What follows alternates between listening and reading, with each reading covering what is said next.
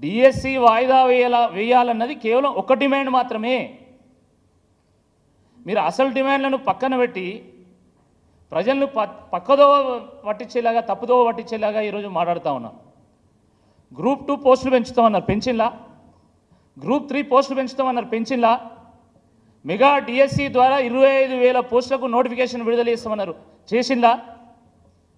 మీరు జియో 46ను రద్దు చేస్తామన్నారు, రద్దు చేసిందా? మీరు 2 లక్షల ఉద్యోగాలకు గాను నోటిఫికేషన్లు వేస్తామన్నారు, వేసిందా?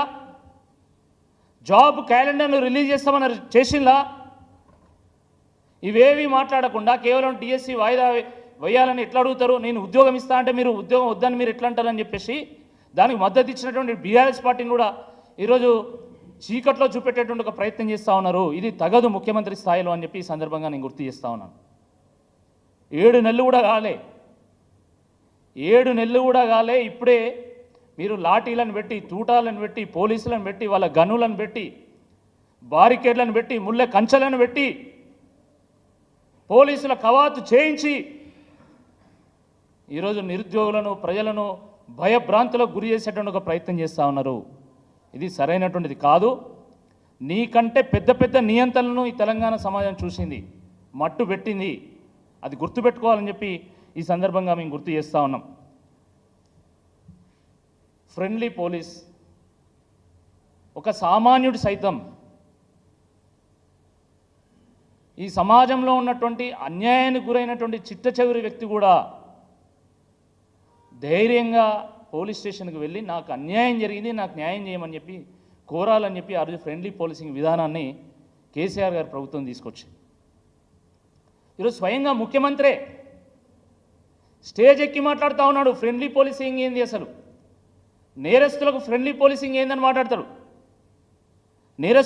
నేరస్తుడు అనేది పోలీస్ స్టేషన్లో తెలుస్తారా మీరు?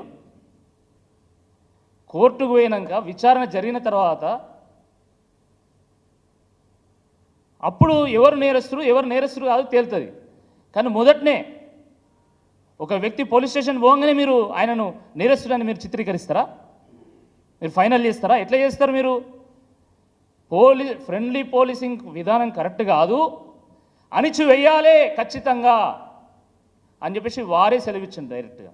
అందుకనే ఈరోజు విశ్వవిద్యాలయాల్లో కోచింగ్ సెంటర్ల చుట్టూ, కోచింగ్ సెంటర్లు నడిపేటోళ్ళ చుట్టూ, బీఆర్ఎస్ పార్టీలో ఉన్నటువంటి మాలాంటి నాయకుల చుట్టూ ఈరోజు పోలీసులను పెట్టింది. ప్రభుత్వానికి వ్యతిరేకంగా ఒక స్టేట్మెంట్ ఇస్తే తెల్లారి హౌస్ అరెస్ట్.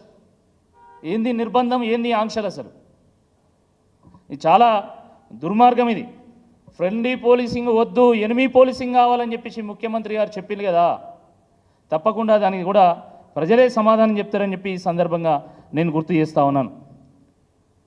చాలా దుర్మార్గం అండి. నిరుద్యోగులను తన స్టేట్మెంట్స్తోనూ ఆగం చేయడం కాదు, వాళ్ళను అంతం చేసేటువంటి ఒక కుట్ర కూడా జరుగుతూ ఉన్నది.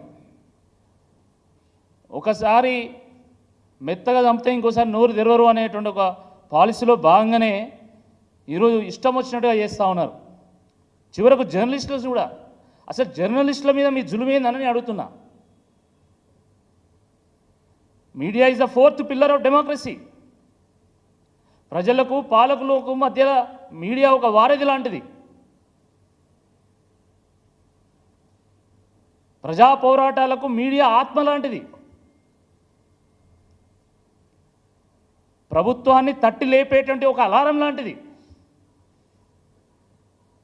అలాంటి మీడియాలో పనిచేస్తున్నటువంటి కింది స్థాయి జర్నలిస్టుల మీద ఈరోజు పోలీసులను పెట్టి మీరు వాళ్ళని అణిచివేసేటువంటి ప్రయత్నం చేస్తున్నారు. ఇది సరైనటువంటిది కాదు. ఆ రోజు యూట్యూబ్లు పెట్టి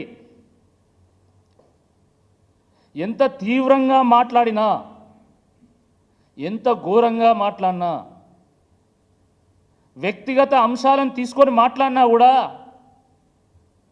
బీఆర్ఎస్ ప్రభుత్వము చట్టపరంగా వాళ్ళ మీద చర్యలు తీసుకున్న తప్ప ఎక్కడ కూడా పోలీసులను పెట్టి అణిచివేసి చెంప మీద కొట్టేటువంటి ఒక ప్రయత్నం చేసింది కావచ్చు, బహుశా మ్యాక్సిమం అది అంతే కదా, అంతే తప్ప బొక్కలేదానికి మాత్రం ఎక్కడ కొట్టలే. కానీ అలాంటి ఘటనలు 7 నెలల మీ పాలనలోనే కనబడుతున్నాయి.